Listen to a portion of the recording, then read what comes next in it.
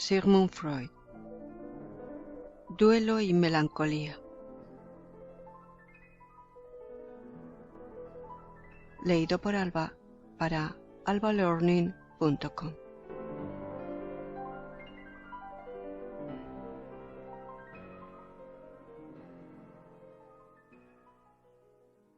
Después de habernos servido del sueño como modelo normal de las perturbaciones mentales narcisistas, vamos a intentar esclarecer la esencia de la melancolía, comparándola con el duelo, afecto normal paralelo a ella. Pero esta vez hemos de anticipar una confesión que ha de evitarnos conceder un valor exagerado a nuestros resultados. La melancolía, cuyo concepto no ha sido aún fijamente determinado, ni siquiera en la psiquiatría descriptiva, muestra diversas formas clínicas a las que no se ha logrado reducir todavía a una unidad, y entre las cuales hay algunas que recuerdan más las afecciones somáticas que las psicógenas. Abstracción hecha de algunas impresiones, asequibles a todo observador, se limita nuestro material a un pequeño número de casos sobre cuya gran naturaleza psicógena no cabía duda. Así pues, nuestros resultados no aspiran a una validez general. Pero nos consolaremos pensando que con nuestros actuales medios de investigación no podemos hallar nada que no sea típico, sino de toda una clase de afecciones, por lo menos de un grupo más limitado. Las múltiples analogías del cuadro general de la melancolía con el del duelo justifican un estudio paralelo de ambos estados. En aquellos casos en los que nos es posible llegar al descubrimiento de las causas por influencias ambientales que los han motivado, las hallamos también coincidentes. El duelo es, por lo general, la reacción a la pérdida de un ser amado o de una abstracción equivalente. La patria, la libertad, el ideal, etc. Bajo estas mismas influencias surge en algunas personas, a las que por lo mismo atribuimos una predisposición morbosa, la melancolía en lugar del duelo. Es también muy notable que jamás se nos ocurra considerar el duelo como un estado patológico y someter al sujeto a un tratamiento médico, aunque se trata de un estado que le impone considerables desviaciones de su conducta normal. Confiamos, efectivamente, en que al cabo de algún tiempo desaparecerá por sí solo y juzgaremos inadecuado e incluso perjudicial perturbarlo. La melancolía se caracteriza psíquicamente por un estado de ánimo profundamente doloroso, una cesación del interés por el mundo exterior, la pérdida de la capacidad de amar, la inhibición de todas las funciones y la disminución de amor propio. Esta última se traduce en reproches y acusaciones de que el paciente se hace objeto a sí mismo, y puede llegar incluso a una delirante espera de castigo. Este cuadro se nos hace más inteligible cuando reflexionamos que el duelo muestra también estos caracteres, a excepción de uno solo: la perturbación del amor propio. El duelo intenso, reacción a la pérdida de un ser amado, integra el mismo doloroso estado de ánimo: la cesación del interés por el mundo exterior, en cuanto no recuerda a la persona fallecida, la pérdida de la capacidad de elegir un nuevo objeto amoroso, lo que equivaldría a sustituir al desaparecido, y al apartamiento de toda actividad no conectada con la memoria del ser querido. Comprendemos que esta inhibición y restricción del yo es la expresión de su entrega total al duelo, que no deja nada para otros propósitos e intereses.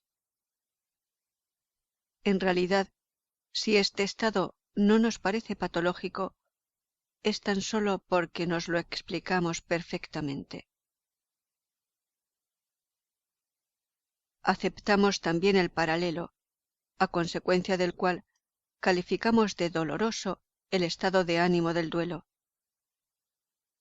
Su justificación se nos evidenciará cuando lleguemos a caracterizar económicamente el dolor. Mas, ¿en qué consiste la labor que el duelo lleva a cabo? A mi juicio, podemos describirla en la forma siguiente. El examen de la realidad ha mostrado que el objeto amado no existe ya, y demanda que la libido abandone todas sus ligaduras con el mismo.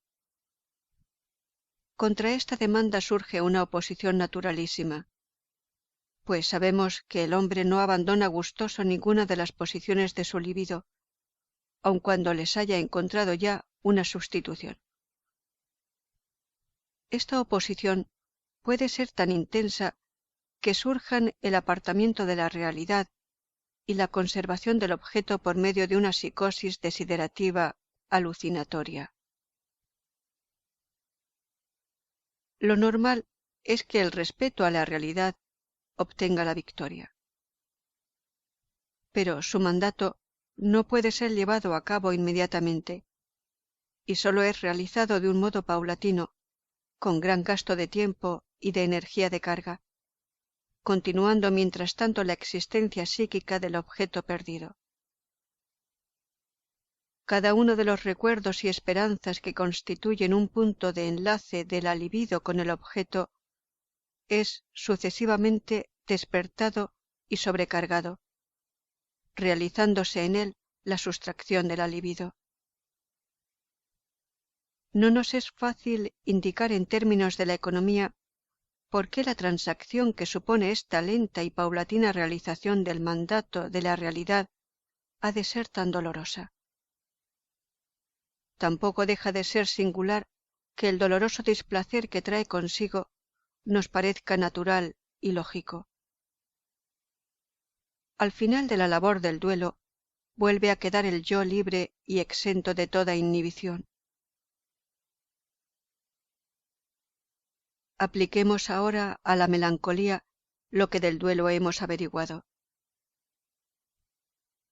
En una serie de casos constituye también evidentemente una reacción a la pérdida de un objeto amado. Otras veces, cuando las causas estimulantes son diferentes, observamos que la pérdida es de naturaleza más ideal. El sujeto no ha muerto, pero ha quedado perdido como objeto erótico. El caso de la novia abandonada. Por último, en otras ocasiones, creemos deber mantener la hipótesis de tal pérdida, pero no conseguimos distinguir claramente qué es lo que el sujeto ha perdido, y hemos de admitir que tampoco a éste le es posible percibirlo conscientemente. A este caso podría reducir también aquel en el que la pérdida, causa de la melancolía, es conocida al enfermo, el cual sabe a quién ha perdido, pero no lo que con él ha perdido.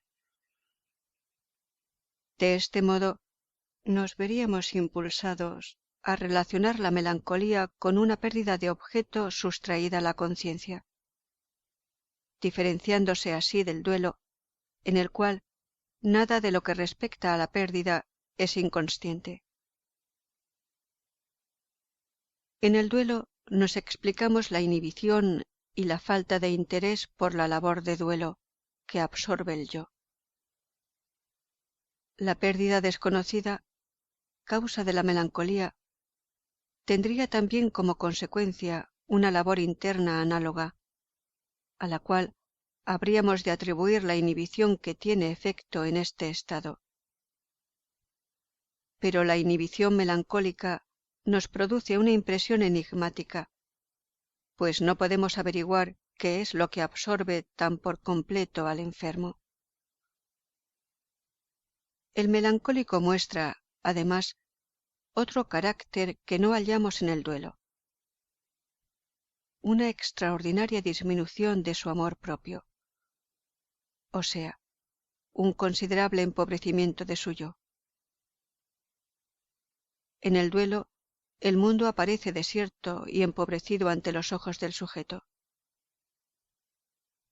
En la melancolía es el yo lo que ofrece estos rasgos a la consideración del paciente. Este nos describe su yo como indigno de toda estimación, incapaz de rendimiento valioso alguno y moralmente condenable. Se dirige amargos reproches, se insulta y espera la repulsa y el castigo. Se humilla ante todos los demás y compadece a los suyos por hallarse ligados a una persona tan despreciable. No abriga idea ninguna de que haya tenido efecto en él una modificación, sino que extiende su crítica al pasado y afirma no haber sido nunca mejor. El cuadro de este delirio de empequeñecimiento, principalmente moral, se completa con insomnios, rechazo a alimentarse y un sojuzgamiento muy singular desde el punto de vista psicológico del instinto, que fuerza a todo lo animado a mantenerse en vida.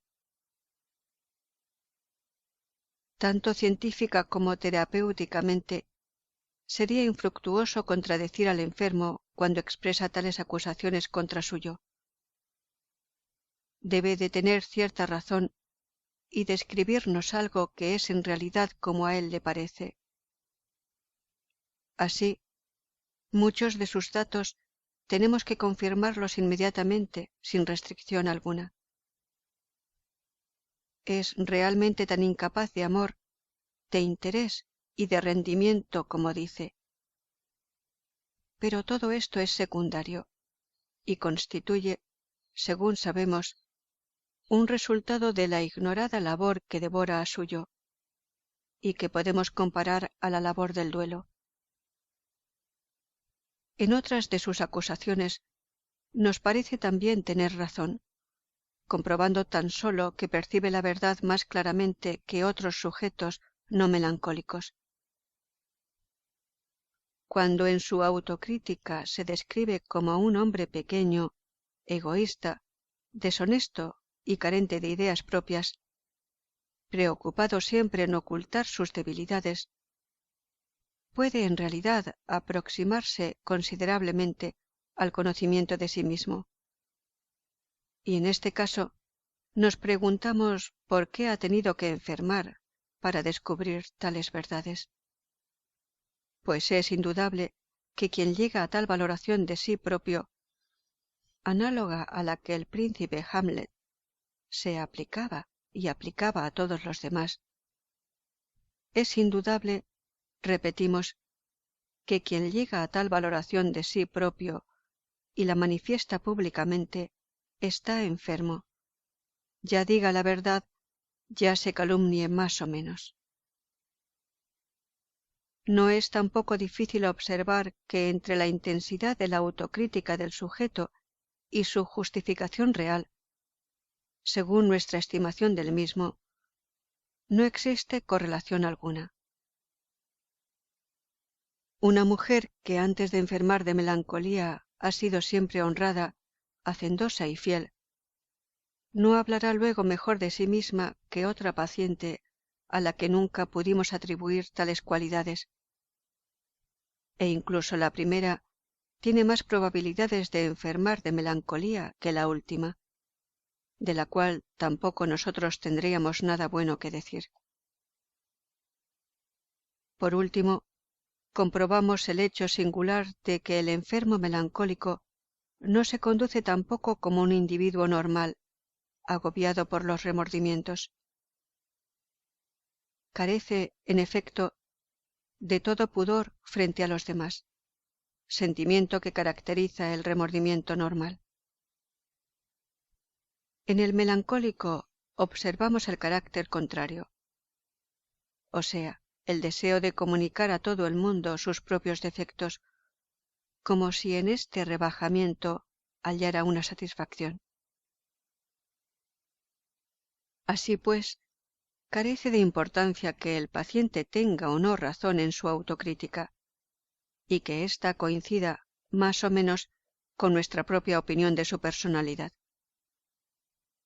Lo esencial es que describe exactamente su situación psicológica. Ha perdido la propia estimación y debe de tener razones para ello. Pero, admitiéndolo así, nos hallamos ante una contradicción que nos plantea un complicado enigma. Conforme a la analogía de esta enfermedad con el duelo, habríamos de deducir que el paciente ha sufrido la pérdida de un objeto, pero de sus manifestaciones inferimos que la pérdida ha tenido efecto en su propio yo. Antes de ocuparnos de esta contradicción, consideraremos la perspectiva que la afección del melancólico nos abre en la constitución del yo humano. Vemos, en efecto, cómo una parte del yo se sitúa enfrente de la otra y la valora críticamente, como si la tomara por objeto. Subsiguientes investigaciones nos confirman que la instancia crítica, disociada aquí del yo, puede demostrar igualmente en otras distintas circunstancias su independencia, proporcionándonos base suficiente para distinguirla del yo. Es esta la instancia a la que damos corrientemente el nombre de conciencia moral. Pertenece, con la censura de la conciencia y el examen de la realidad, a las grandes instituciones del yo, y puede enfermar por sí sola, como más adelante veremos. En el cuadro de la melancolía resalta el descontento con el propio yo, desde el punto de vista moral, sobre todas las demás críticas posibles. La deformidad, la fealdad, la debilidad y la inferioridad social no son tan frecuentemente objeto de la autovaloración del paciente. Sólo la pobreza o la ruina ocupan, entre las afirmaciones o temores del enfermo, un lugar preferente. Una observación nada difícil nos lleva luego al esclarecimiento de la contradicción antes indicada. Si oímos pacientemente las múltiples autoacusaciones del melancólico, acabamos por experimentar la impresión de que las más violentas resultan con frecuencia muy poco adecuadas a la personalidad del sujeto y, en cambio, pueden adaptarse, con pequeñas modificaciones, a otra persona, a la que el enfermo ama, ha amado o debía amar. Siempre que investigamos estos casos, queda confirmada tal hipótesis, que nos da la clave del cuadro patológico, haciéndonos reconocer que los reproches con los que el enfermo se abruma corresponden en realidad a otra persona, a un objeto erótico, y han sido vueltos contra el propio yo. La mujer que compadece a su marido por hallarse ligado a un ser tan inútil como ella, reprocha en realidad al marido su inutilidad, cualquiera que sea el sentido que dé a estas palabras. No podemos extrañar que entre estos reproches, correspondientes a otra persona y vueltos hacia el yo, existan algunos referentes realmente al yo. Reproches cuya misión es encubrir los restantes y dificultar el conocimiento de la verdadera situación. Estos reproches proceden del pro y el contra del combate amoroso que ha conducido a la pérdida erótica. También la conducta de los enfermos se nos hace ahora más comprensible. Sus lamentos son quejas. No se avergüenzan ni se ocultan, porque todo lo malo que dicen de sí mismos se refiere en realidad a otras personas, y se hallan muy lejos de testimoniar, con respecto a los que los rodean, la humildad y sometimiento que correspondería a tan indignas personas como afirman ser, mostrándose, por el contrario, sumamente irritables y susceptibles, y como si estuvieran siendo objeto de una gran injusticia. Todo esto solo es posible porque las reacciones de su conducta parten aún de la constelación anímica de la rebelión, convertida por cierto proceso en el opresivo estado de la melancolía. Fácilmente podemos reconstruir este proceso. Al principio existía una elección de objeto, o sea, enlace de la libido a una persona determinada.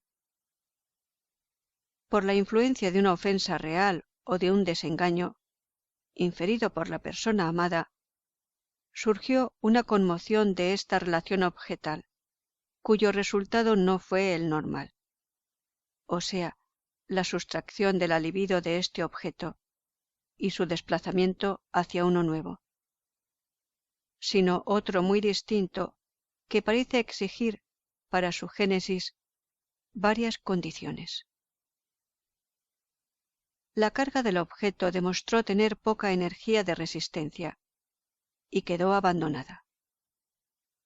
Pero la libido libre no fue desplazada sobre otro objeto, sino retraída al yo, y encontró en éste una aplicación determinada, sirviendo para establecer una identificación del yo con el objeto abandonado. La sombra del objeto cayó así sobre el yo. Este último, a partir de este momento, pudo ser juzgado por una instancia especial como un objeto, y en realidad como el objeto abandonado. De este modo, se transformó la pérdida del objeto en una pérdida del yo, y el conflicto entre el yo y la persona amada en una disociación entre la actividad crítica del yo y el yo modificado por la identificación. Una o dos cosas se deducen directamente de los resultados y condiciones de este proceso.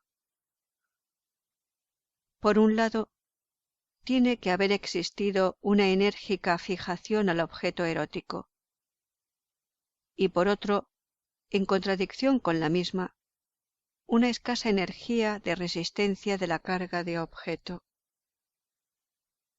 Esta contradicción parece exigir, según una acertadísima observación de Rank, que la elección de objeto haya tenido efecto sobre una base narcisista, de manera que en el momento en que surja alguna contrariedad pueda la carga de objeto retroceder al narcisismo.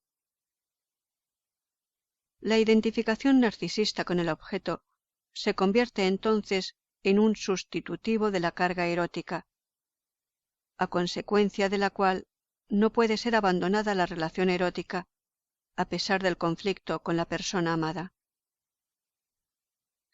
Esta sustitución del amor al objeto por una identificación es un importante mecanismo en las afecciones narcisistas. Carl Landauer lo ha descubierto recientemente en el proceso curativo de una esquizofrenia. Corresponde, naturalmente, a la regresión de un tipo de la elección de objeto al narcisismo primitivo. En otro lugar hemos expuesto ya que la identificación es la fase preliminar de la elección de objeto, y la primera forma, ambivalente en su expresión, utilizada por el yo para escoger un objeto. Quisiera incorporárselo y correlativamente a la fase oral o canibalística del desarrollo de la libido, ingiriéndolo, o sea, devorándolo. A esta relación refiere acertadamente Abraham el rechazo a alimentarse que surge en los graves estados de melancolía. La conclusión a que nos lleva esta teoría, o sea, la de que la predisposición a la melancolía o una parte de ella depende del predominio del tipo narcisista de la elección de objeto, no ha sido aún confirmada por la investigación. Al iniciar el presente estudio, reconocimos ya la insuficiencia del material empírico en el que podíamos basarlo. Si nos fuera lícito suponer que nuestras deducciones coincidan con los resultados de observaciones, no vacilaríamos en integrar entre las características de la melancolía la regresión de la carga de objeto a la fase oral de la libido, perteneciente aún al narcisismo. Las identificaciones con el objeto no son tampoco raras en las neurosis de transferencia, constituyendo, por el contrario, un conocido mecanismo de la formación de síntomas, sobre todo en la histeria.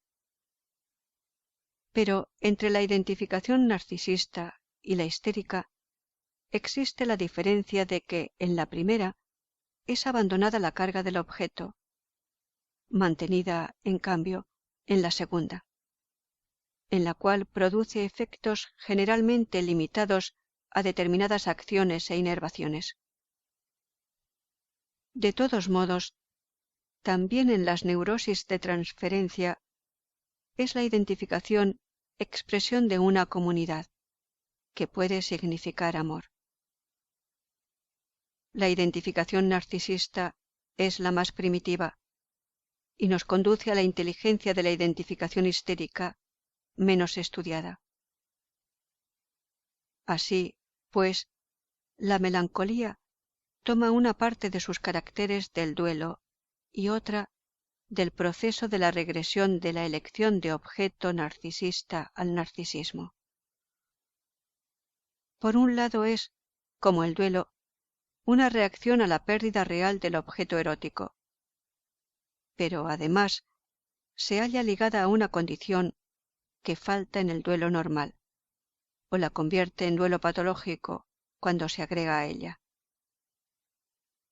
La pérdida de objeto erótico constituye una excelente ocasión para hacer surgir la ambivalencia de las relaciones amorosas.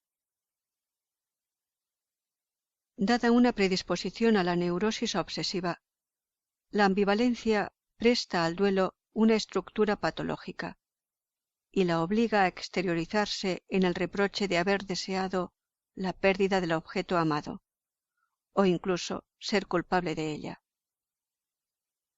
En tales depresiones obsesivas, consecutivas a la muerte de personas amadas, se nos muestra la obra que puede llevar a cabo por sí solo el conflicto de la ambivalencia cuando no existe simultáneamente la retracción regresiva de la libido.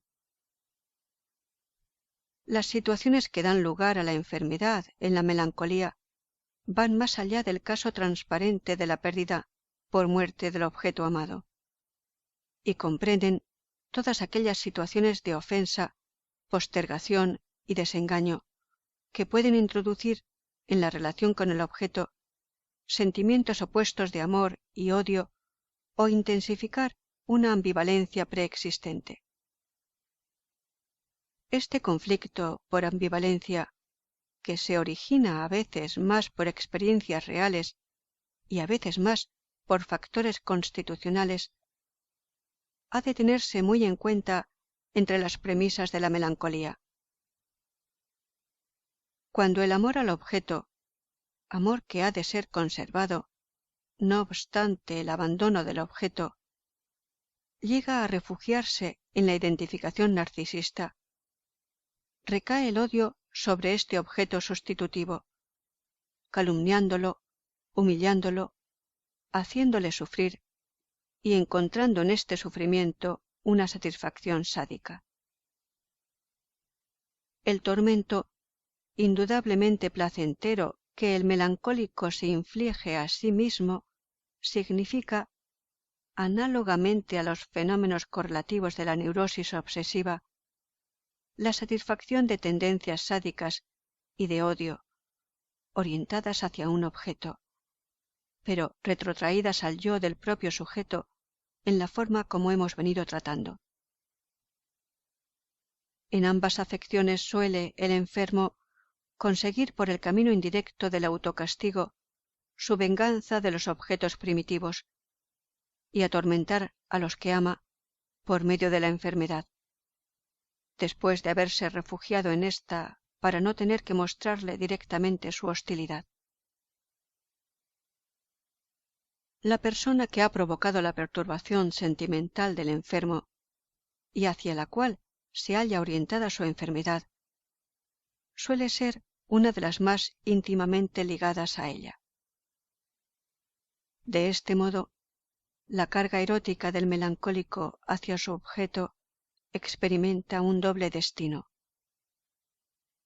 Una parte de ella retrocede hasta la identificación, y la otra, bajo el influjo del conflicto de ambivalencia, hasta la fase sádica cercana a este conflicto. Este sadismo nos aclara el enigma de la tendencia al suicidio, que tan interesante y tan peligrosa hace a la melancolía. Hemos reconocido como estado primitivo y punto de partida de la vida instintiva un tan extraordinario amor a sí mismo del yo. Y comprobamos, en el miedo provocado por una amenaza de muerte, la liberación de tan enorme montante de libido narcisista, que no comprendemos cómo el yo puede consentir en su propia destrucción. Sabíamos ciertamente que ningún neurótico experimenta impulsos al suicidio que no sean impulsos homicidas, orientados primero hacia otras personas y vueltos luego contra el yo. Pero continuábamos sin comprender por medio de qué juego de fuerzas podían convertirse tales impulsos en actos. El análisis de la melancolía nos muestra ahora que el yo no puede darse muerte sino cuando el retorno de la carga de objeto le hace posible tratarse a sí mismo como un objeto. Esto es, cuando no puede dirigir contra sí mismo la hostilidad que tiene hacia un objeto, hostilidad que representa la reacción primitiva del yo contra los objetos del mundo exterior. Así, pues, en la regresión de la elección narcisista de objeto, queda el objeto abandonado. Mas, a pesar de ello, ha demostrado ser más poderoso que el yo. En el suicidio y en el enamoramiento extremo, situaciones opuestas, queda el yo igualmente dominado por el objeto, si bien en forma muy distinta. Parece también justificado derivar uno de los caracteres más singulares de la melancolía, el miedo a la ruina y al empobrecimiento, del erotismo anal, desligado de sus relaciones y transformado regresivamente. La melancolía nos plantea aún otras interrogaciones, cuya solución nos es imposible alcanzar por ahora. Comparte con el duelo el carácter de desaparecer al cabo de cierto tiempo, sin dejar tras sí grandes modificaciones. En el duelo explicamos este carácter, admitiendo que era necesario un cierto lapso para la realización detallada del mandato de la realidad, labor que devolvía al yo la libertad de su libido, desligándola del objeto perdido. En la melancolía podemos suponer al yo entregado a una labor análoga, pero ni en este caso ni en el del duelo logramos llegar a una comprensión económica del proceso. El insomnio de la melancolía testimonia, quizá, de la rigidez de este estado, o sea, de la imposibilidad de que se lleve a cabo la retracción general de las cargas, necesaria para el establecimiento del estado de reposo. El complejo melancólico se conduce como una herida abierta. Atrae así de todos lados energías de carga, a las cuales hemos dado en las neurosis de transferencia el nombre de contracargas. Y alcanza un total empobrecimiento del yo, resistiéndose al deseo de dormir del yo. En el cotidiano alivio del estado melancólico, durante las horas de la noche, debe de intervenir un factor, probablemente somático, inexplicable desde el punto de vista psicógeno. A estas reflexiones viene a agregarse la pregunta de si la pérdida del yo no bastaría por sí sola, sin intervención ninguna de la pérdida del objeto, para engendrar la melancolía.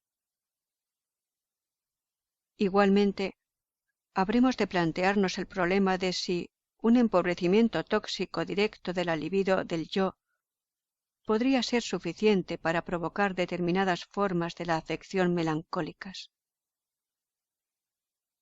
La peculiaridad más singular de la melancolía es su tendencia a transformarse en manía, o sea, en un estado sintomáticamente opuesto. Sin embargo, no toda melancolía sufre esta transformación. Algunos casos no pasan de recidivas periódicas, cuyos intervalos muestran cuanto más un ligerísimo matiz de manía. Otros presentan aquella alternativa regular de fases melancólicas y maníacas que constituye la locura cíclica. Excluiríamos estos casos de la concepción psicógena si, precisamente para muchos de ellos, no hubiera hallado el psicoanálisis una solución y una terapéutica. Estamos, pues, obligados a extender a la manía nuestra explicación analítica de la melancolía. No podemos comprometernos a alcanzar en esta tentativa un resultado completamente satisfactorio. Probablemente no lograremos sino una primera orientación. Disponemos para ella de dos puntos de apoyo consistentes. El primero, en una impresión derivada de la práctica psicoanalítica, y el segundo, en una experiencia general de orden económico. La impresión, comunicada ya por diversos observadores psicoanalíticos, es la de que el contenido de la manía es idéntico al de la melancolía. Ambas afecciones lucharían con el mismo complejo, el cual sojuzgaría al yo en la melancolía y quedaría sometido o apartado por el yo en la manía.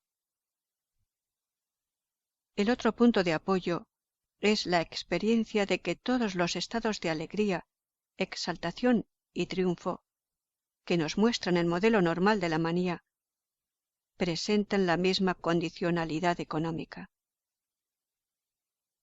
Trátase en ellos de una influencia que hace de repente superfluo un gasto de energía psíquica, sostenido durante largo tiempo o constituido un hábito, quedando entonces tal gasto de energía disponible para las más diversas aplicaciones y posibilidades de descarga.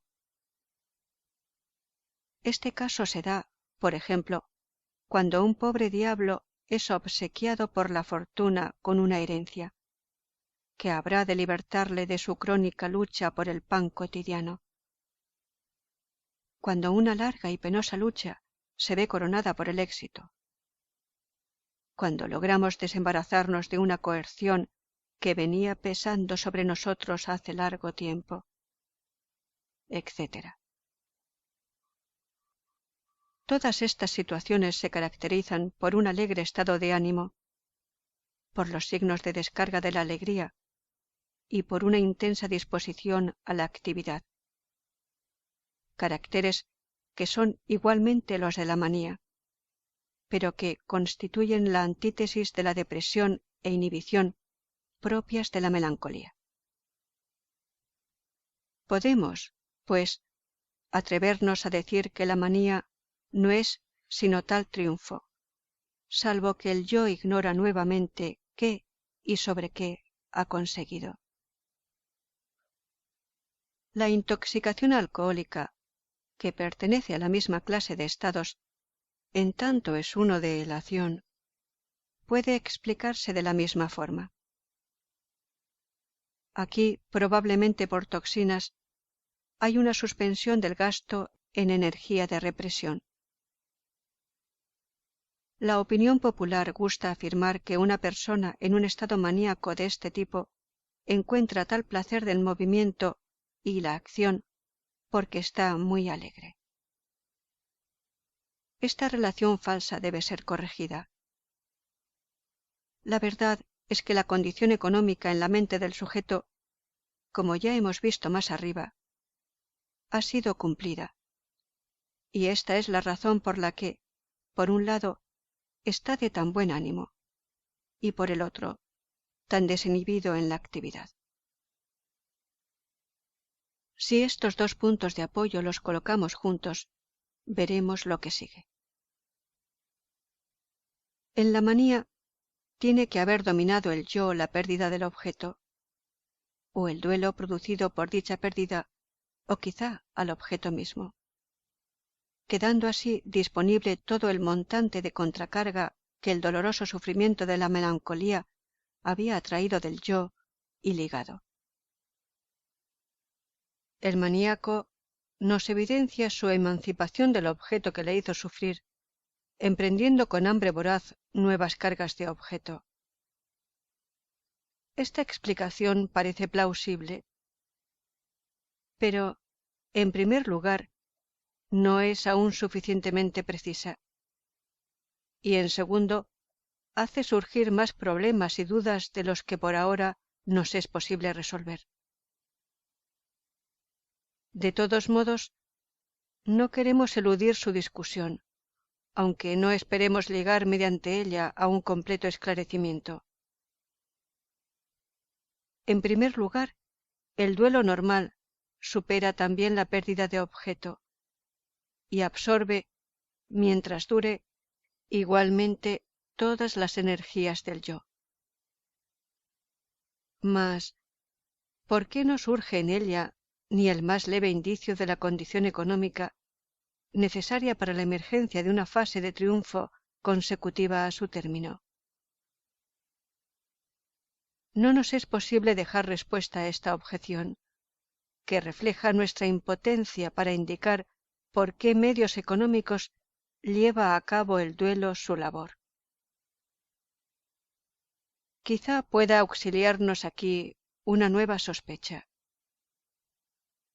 La realidad impone a cada uno de los recuerdos y esperanzas que constituyen puntos de enlace de la libido con el objeto, su veredicto de que dicho objeto no existe ya, y el yo, situado ante la interrogación de si quiere compartir tal destino, se decide, bajo la influencia de las satisfacciones narcisistas de la vida, a cortar su ligamen con el objeto abolido. Podemos, pues, suponer que esta separación se realiza tan lenta y paulatinamente que al llegar a término ha agotado el gasto de energía necesario para tal labor. Al emprender una tentativa de desarrollar una descripción de la labor de la melancolía, partiendo de nuestra hipótesis sobre la labor del duelo, tropezamos enseguida con una dificultad. Hasta ahora no hemos atendido apenas en la melancolía al punto de vista tópico, ni nos hemos preguntado en qué y entre cuáles sistemas psíquicos se desarrolla la labor de la melancolía. Habremos, pues, de investigar cuál es la parte de los procesos mentales de esta afección que se desarrolla en las cargas de objeto inconscientes que han sido descartadas, y cuál en la sustitución de las mismas por identificación en el yo. Es fácil decir que la presentación de cosa inconsciente del objeto es abandonada por la libido. Pero, en realidad, esta presentación se halla representada por innumerables impresiones, huellas inconscientes de las mismas, y la realización de la sustracción de la libido no puede ser un proceso momentáneo, sino, como en el duelo, un proceso lento y paulatino. No podemos determinar si comienza simultáneamente en varios lugares o sigue cierto orden progresivo. En los análisis se observa que tan pronto queda activado un recuerdo como otro, y que las lamentaciones del enfermo, fatigosas por su monotonía, proceden, sin embargo, cada vez de una distinta fuente inconsciente. Cuando el objeto no posee para el yo una importancia tan grande, intensificada por 1000 conexiones distintas, no llega su pérdida a ocasionar un estado de duelo o de melancolía. La realización paulatina del desligamiento de la libido es, por tanto, un carácter común del duelo y la melancolía. Se basa probablemente en las mismas circunstancias económicas y obedece a los mismos propósitos. Pero la melancolía posee, como ya hemos visto, un contenido más amplio que el duelo normal. En ella, la relación con el objeto queda complicada por el conflicto de ambivalencia. Esta puede ser constitucional, o sea, depender de cada una de las relaciones eróticas de este especial yo, o proceder de los sucesos que traen consigo la amenaza de la pérdida del objeto. Así pues, las causas estimulantes de la melancolía son más numerosas que las del duelo, el cual sólo es provocado en realidad por la muerte del objeto. Trábanse así en la melancolía infinitos combates aislados en derredor del objeto, combates en los que el odio y el amor luchan entre sí. El primero para desligar a la libido del objeto y el segundo para evitarlo. Estos combates aislados se desarrollan en el sistema Ing, o sea, en el reino de las huellas némicas de cosas en oposición a las cargas verbales. En este mismo sistema se desarrollan también las tentativas de desligamiento del duelo. Pero en este caso no hay nada que se oponga al acceso de tales procesos a la conciencia por el camino normal a través del sistema PREC. Este camino queda cerrado por la labor melancólica, quizá a causa de numerosos motivos, o aislados o de acción conjunta. La ambivalencia constitucional pertenece de por sí a lo reprimido.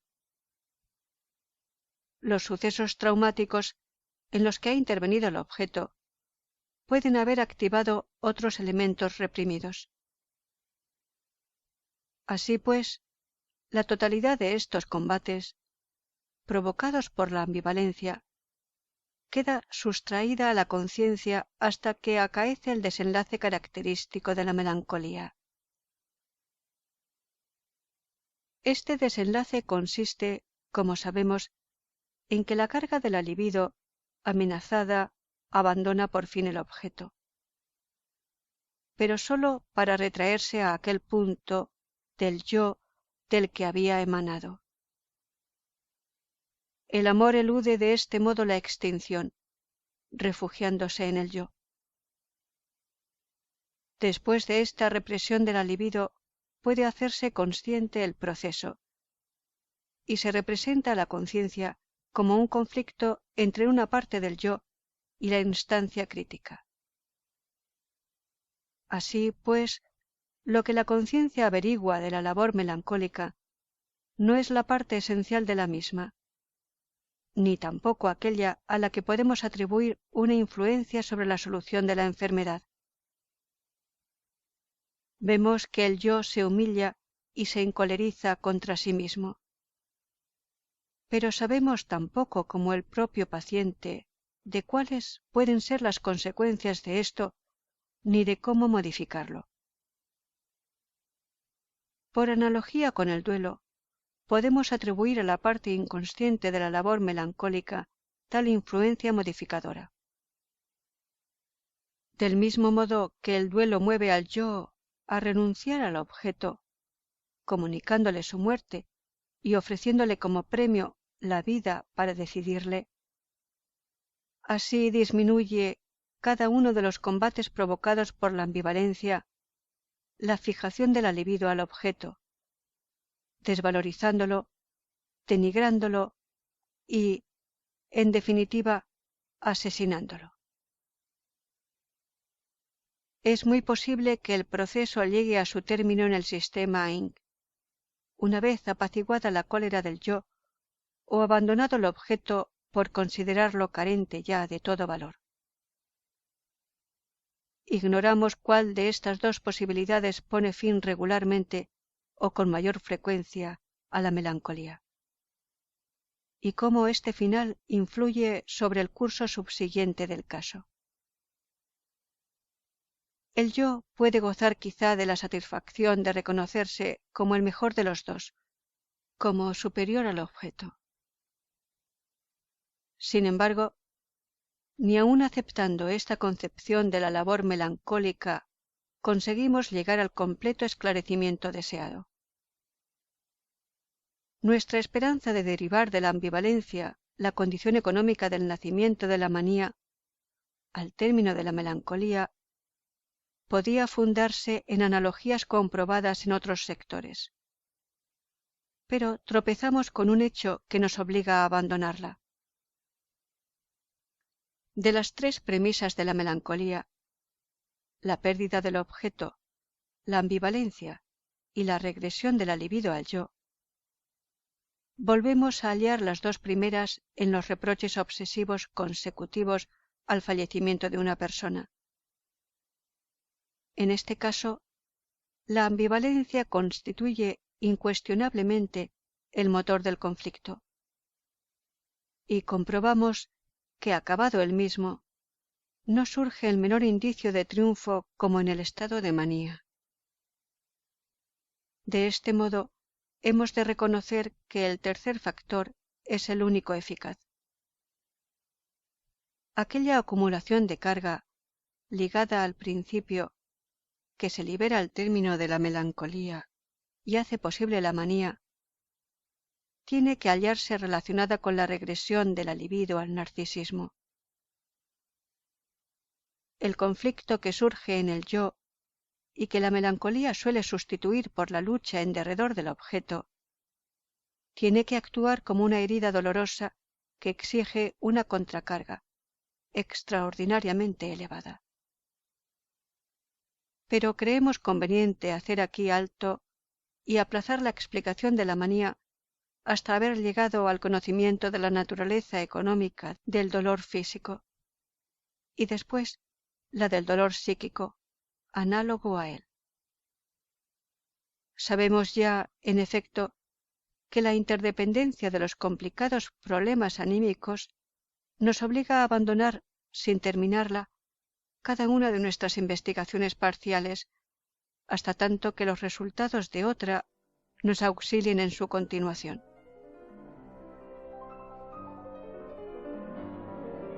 Fin de Duelo y melancolía, de Sigmund Freud, leído por Alba para albalearning.com.